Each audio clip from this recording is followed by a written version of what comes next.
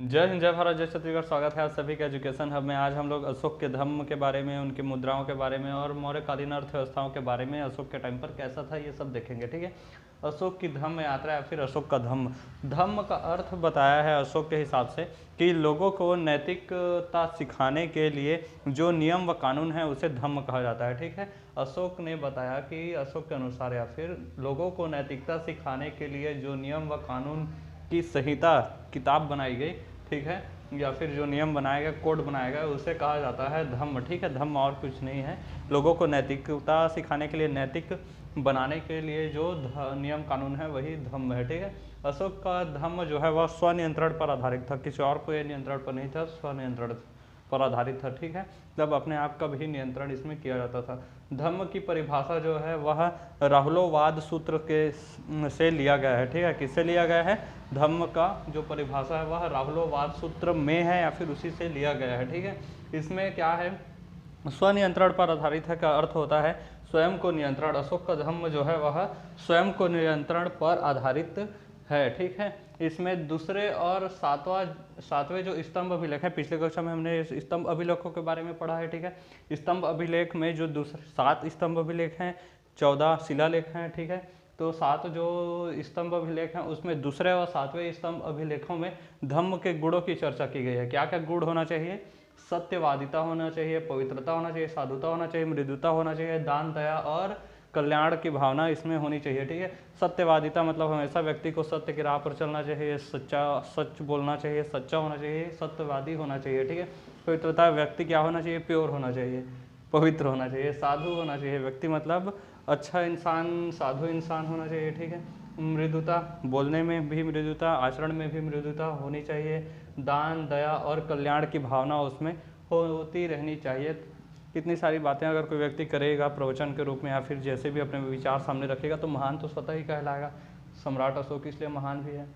व्यक्ति अपने माता पिता की आज्ञा का पालन करे, यह आज्ञा दिया गया है। ठीक है।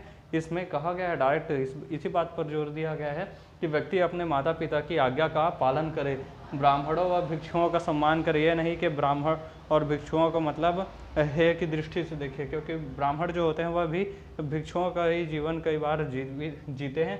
तो लोग जो है वो भिक्षुओं के प्रति एक हेय की दृष्टि रखते हैं। तो हेय की दृष्टि नहीं रखना है, बल्कि ब्राह्मणों और भिक्षुओं का सम्मान करना है। इसमें कहा गया है दास और सेवकों के प्रति उदार भाव रखना है। ठीक है। दास और सेवक को कभी भी हीन भावना से नहीं देखना है कि तुम दास और सेवक हो, इस प्रकार से। ठीक है। उनके भी प्रति उदारता का भाव रखना है और उनके भी प्रति सम्मान रखना है। जियो और जीने दो का पालन करना है। ठीक है। जीना है और स्वयं भी और दूसरों को भी जीने दे, इसका पालन करना है। अशोक के धम्म में ये सारी बातें अशोक ने कही है। ठीक है। तो इतनी सारी बातें हैं, छोटी छोटी जितनी भी बातें हैं सब परीक्षाओं में आ सकती हैं। ठीक है। तो इतना भी एक एक चीज़ है। मौर्यकालीन अर्थव्यवस्था के बारे में देखते हैं कि उस समय का जो है इकोनॉमी कैसे चलता था, किस प्रकार से पैसे का आवाजाही वगैरह सब था। ठीक है।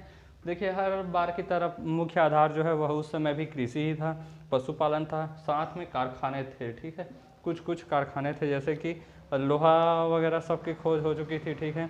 तो उस समय हथियार बनाने के कारखाने थे, बहुत सारे अन्य जो लोहे से बनाई जाने वाले वस्तुएं थी, जैसे बर्तन वगैरह हो गए।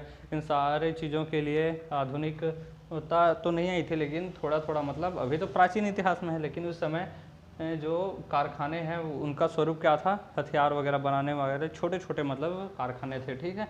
लेकिन भव्य थे उस समय के हिसाब से। अब कहेंगे जो मशीनी चीज़ें आ गई हैं औद्योगिकरण के कारण, उस टाइप का नहीं था, लेकिन उस समय भी कारखाने थे।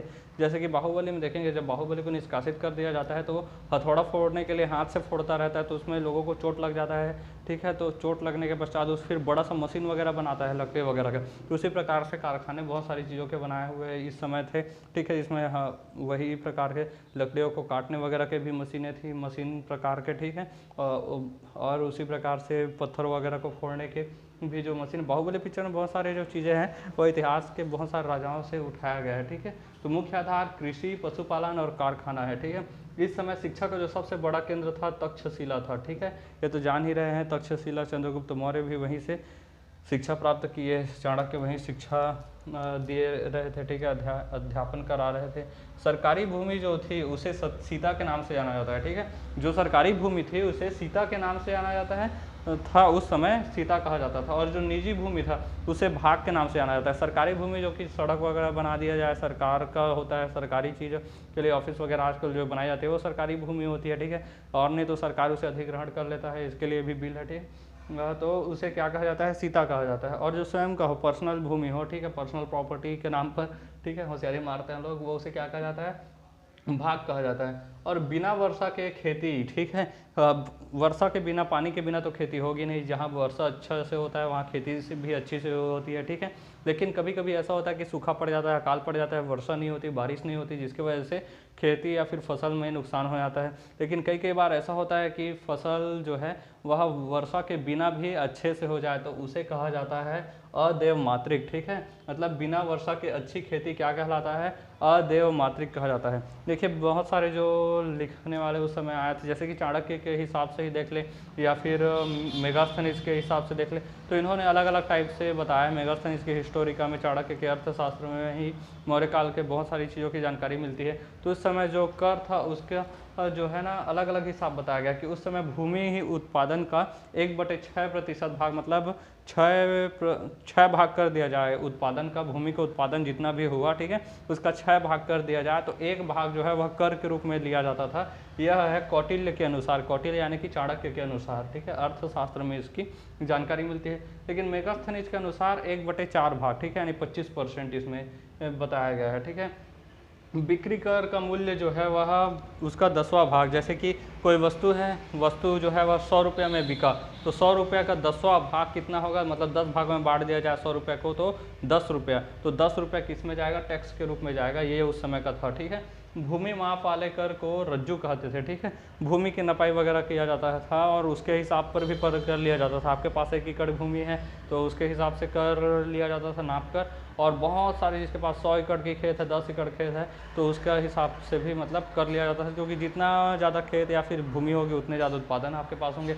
तो इसके माप करने वाले जो थे, भूमि का माप करने वाले, उसे कहा जाता है रज्जू, ठीक है, कहा जाता था उस समय रज्जू, ठीक है।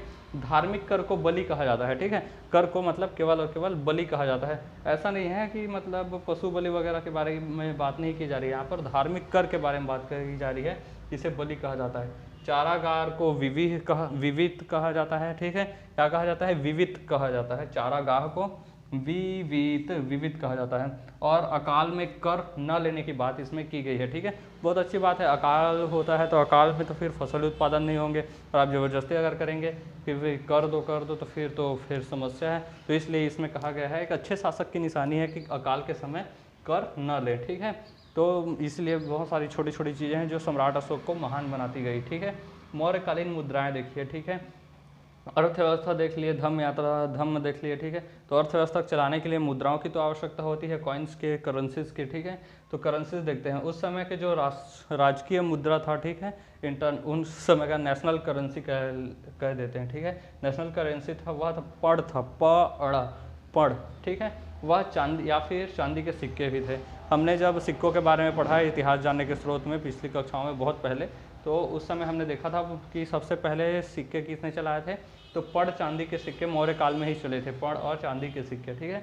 इनके मुद्राओं का परीक्षण करने वाला जो अधिकारी होता है कि मुद्रा का जो क्वालिटी है वो कैसा है, जैसे इंडिया में सब कौन करता है, तो RBI, ठीक है, RBI करता है।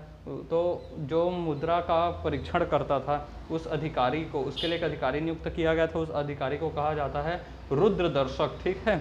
रुद्रदर्शक कहा जाता था उस अधिकारी को, जो कि मुद्राओं का परीक्षण करता था। चांदी के मुद्रा को कासार्पण कहा जाता है, सोने के मुद्राओं को स्वर्ण या फिर निष्क कहा जाता है, तांबे के मुद्राओं को कहा जाता है काकड़ी या फिर मासक, ठीक है। इतना सब था, ये छोटा सा ही है मौर्यकालीन मुद्राएं जो हैं वो। अब मुद्रा ही तो है, सोने चांदी और तांबे की 3 मुद्राएं हैं, उसका अधिकारी है, और क्या क्या मुद्राएं उस समय चलती थी, बस यही है, ठीक है। और अर्थव्यवस्था में देख लिए जो भी चीज़ें थी, धम्म यात्रा में क्या क्या है ये सब देख लिए, नीति नियम सब चीज़, ठीक है। अगले क्लास में सैनिकों की व्यवस्थाएं कैसे थी ये सब जो है वो सब चीज़ों को देखेंगे, ठीक है। मिलेंगे नेक्स्ट क्लास में, तब तक के लिए जय हिंद, जय जोहार।